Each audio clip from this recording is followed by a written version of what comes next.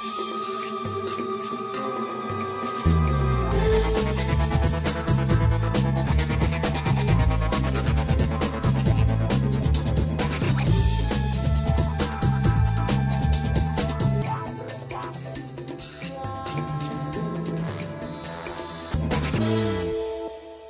দর্শক, শুভেচ্ছা। প্রতিদিন ঘটে যাওয়া ঘটনাগুলো প্রকাশিত হচ্ছে সংবাদপত্রে। সংবাদপত্র পড়ে আপনাদের মনে তৈরি হচ্ছে নানা প্রতিক্রিয়া। আপনাদের সরল মনের সেই অব্যক্ত প্রতিক্রিয়া তুলে ধরতে আজ আমরা এসেছি ফার্মগেট।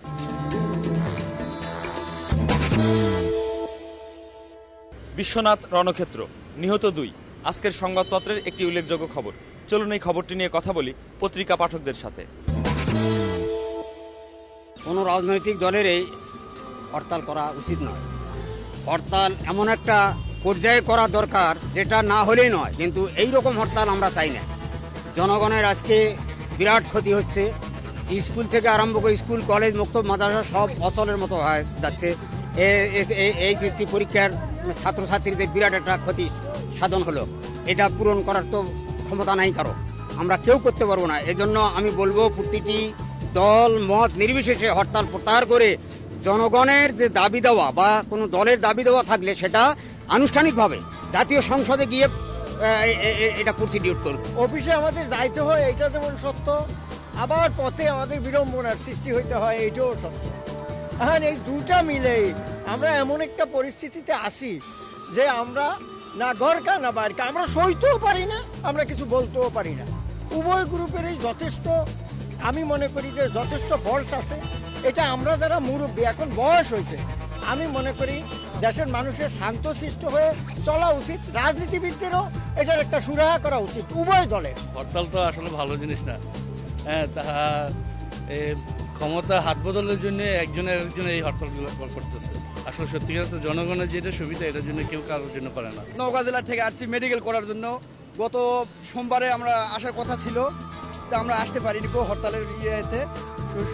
সোমবারে নাইটে আসছি, এই তো আজকে বুঝছি আজকেও আবার হরতাল, আবার শুনেছি কালকেও হরতাল।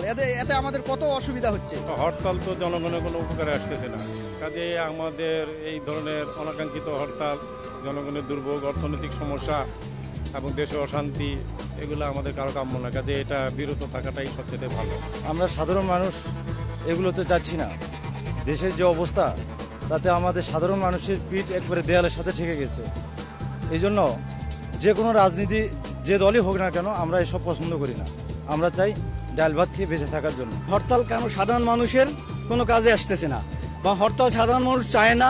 আর হরতাল ছাড়া বিরোধী কোনো দল প্রতিবাদের এই দেশে অন্য কোনো পন্থা নাই। আমরা যতই বলি সংসদে গিয়া বলা হোক, যেখানে গিয়ে বলা কোনো কাজে আসে না। আজকে পর্যন্ত আওয়ামী লীগ আসুক, বিএনপি আসুক, যারাই আসছে হরতাল করেই একমাত্র তাদের প্রতিবাদ করেছে। এছাড়া প্রতিবাদের বিকল্প কোনো ওইটা স্ট্রং ছিল না, এখনো নাই। সংসদে গিয়া কথা বলার মতো বিরোধী দল যখন থাকে তখন সুযোগ থাকে না। যখন সরকারি দলে আসে তখন বলে আমরা আর হরতাল দেব না। যখন বিরোধী দলে যায় তখন হরতাল ছাড়া বিকল্প পন্থা পায় না।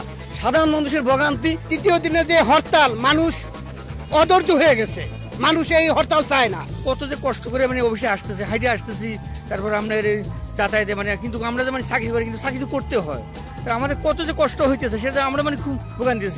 সরকার যদি বিরোধী দলকে ভালোভাবে তাদের গণতান্ত্রিক আচরণ যদি অধিকারগুলো যদি পালন করতে দেয়, সেক্ষেত্রে এরকম হতো না। হরতাল দেশের জন্য কাম্য না। হরতাল দেশের অর্থনীতিকে ধ্বংস করে, এটা ঠিক আছে, কিন্তু বিরোধী দলের প্রতিবাদ হিসেবে হরতালই একমাত্র কাম্য। এই দেশের প্রত্যেকটা নাগরিক জনগণের জানমালের দায়িত্ব দেওয়া হচ্ছে সরকারের। এই মুহূর্তে ইলিয়াস আলী কেন, প্রত্যেকটা লোক যদি নিখোঁজ হয়ে যায়, গুম হয়ে যায়, এটার দায়িত্ব কিন্তু সরকারকেই দিতে হবে। আমি বলতে চাই অবিলম্বে ইলিয়াস আলীকে খুঁজে বের করে মানুষের সামনে উপস্থাপন করার জন্য। আজকে যে তৃতীয় দিনের মতো হরতাল হচ্ছে, জনজীবনে দুর্ভোগ হচ্ছে, আমাদের খুব কষ্ট হচ্ছে, কিন্তু এই কষ্টের মাঝেও আমরা যাদের কর্ম তারা ঠিকই আসতেছি। তো সরকারের দায়িত্ব এই জানমাল মানুষের নিরাপত্তা দেওয়া। তা আমরা চেষ্টা করব যে সরকার এবং বিরোধী দল মিলে যাতে একটা শান্তি শৃঙ্খলা বজায় থাকে, সেই ধরনের পরিবেশ নিশ্চিত করার জন্য আমি সরকারের কাছে দাবি জানাচ্ছি। ড্রাইভার বাইক পুরা মারা লাগছে অনেক, এটার ধর আমরা আপনাদের 10 জনের কাছে এটা আমরা আবেদন জানাইছি যে সুষ্ঠু বিচারটা। হরতাল যদি 2 ঘন্টার জন্য যদি হয়, সেটা কার্যকরী করা উচিত। আর এমনি লিয়াজভাবে হরতাল 2 দিন 3 দিন দেখা থাকবো, সাধারণ জনগণ, সাধারণ কর্মী যারা মাঠে যাবে, পুলিশের লাঠি শুটার বাড়ি খাইবো বা তারা আহত হবো, ওখানে একাধিক লোককে ধরে নিয়ে যাবো, এটা তো হরতালের মধ্যে পড়ে না, এভাবে হয় না। এটা সাধারণ জনগণের জন্য এটা দুর্ভোগ।